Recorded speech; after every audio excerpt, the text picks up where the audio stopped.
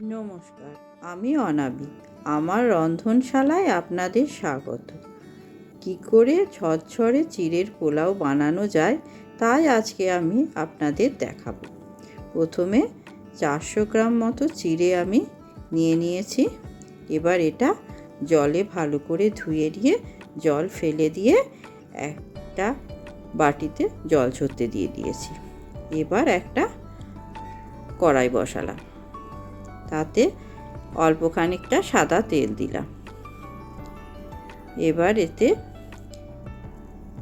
কিছুটা চিনেবাদাম আমি দিয়েছি, এটা ভালো করে ভেজে নেব।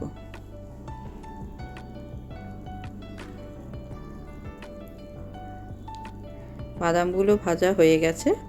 এবার বাদামগুলো আমি একটা পাত্রে তুলে রাখবো।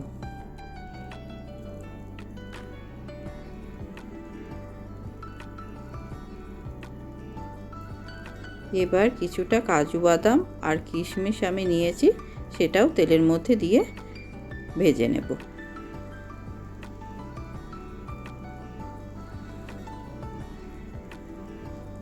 এগুলো হালকা রং ধরেছে, ভাজা হয়ে গেছে। আমি এগুলো তুলে রেখে দিলাম।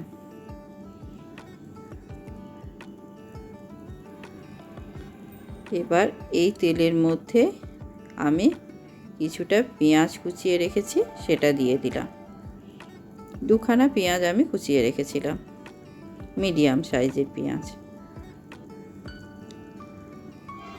পেঁয়াজগুলো একটু হালকা রং ধরবে, তখন একটু গাজর সরু সরু করে কুচিয়ে রেখেছি, সেইটা দিয়ে দিলাম।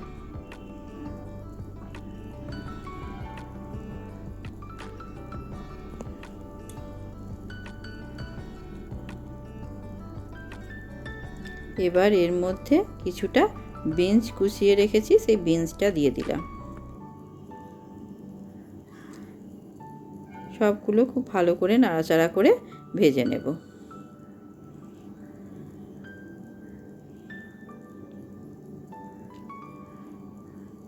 এবার অল্প খানিকটা নুন দিয়ে দিলাম।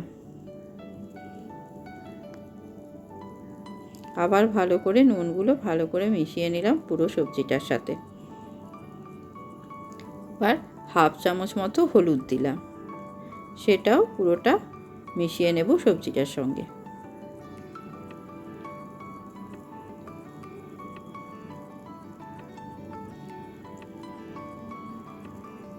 এবার একটা লঙ্কা কুচিয়ে রেখেছি, সেটা দিয়ে দিলাম।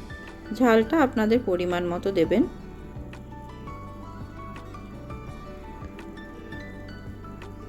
এবার কিছুটা মটরশুঁটি দিয়ে দিলাম।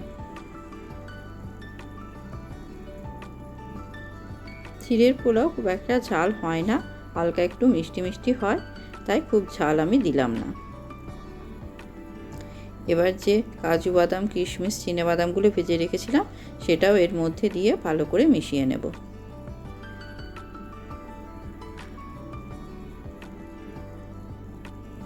এবার 1 চামচ মতো গোলমরিচ গুঁড়ো দিয়ে দিলাম। 1 চামচের একটু কম দিয়েছি।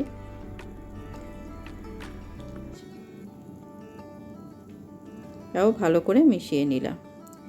এবার 6-7 চামচ মতো চিনি আমি এর মধ্যে দিয়ে ভালো করে নেড়ে মিশিয়ে নেব। সবজিগুলো সবই ভাজা হয়ে গেছে। এবার আস্তে আস্তে চিনিটা গলতে শুরু করবে। চিনিটা দেখুন গলতে শুরু করেছে। সব চিনিটা গলে গেলে এর মধ্যে যে চিড়েটা ধুয়ে জল ঝরিয়ে রেখেছিলাম, সেই চিড়েটা এর মধ্যে দিয়ে দেব।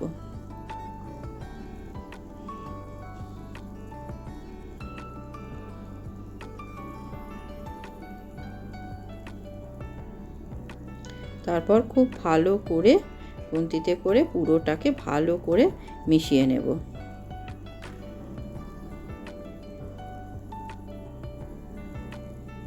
ভালো করে নাড়াচাড়া করে করে মেশাতে হবে। এভাবে মেশালে দেখবেন কোনো দলা পাকাবে না। যে দলাগুলো থাকবে সেগুলো সব ঝরঝরে হয়ে ভেঙে ঝরঝরে টাইপের হয়ে যাবে। হালকা হাতে এইভাবে নাড়াচাড়া করে করে মিশিয়ে নিতে হবে।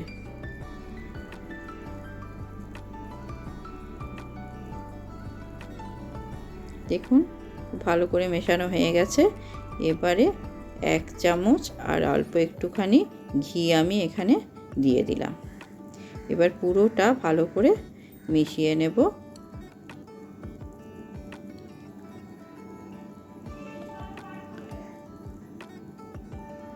ব্যাস, চিড়ের পোলাও অলমোস্ট আমাদের রেডি।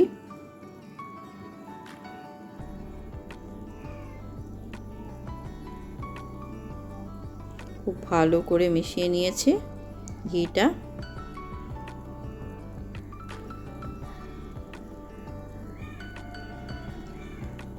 তৈরি হয়ে গেল আমাদের চিড়ের পোলাও।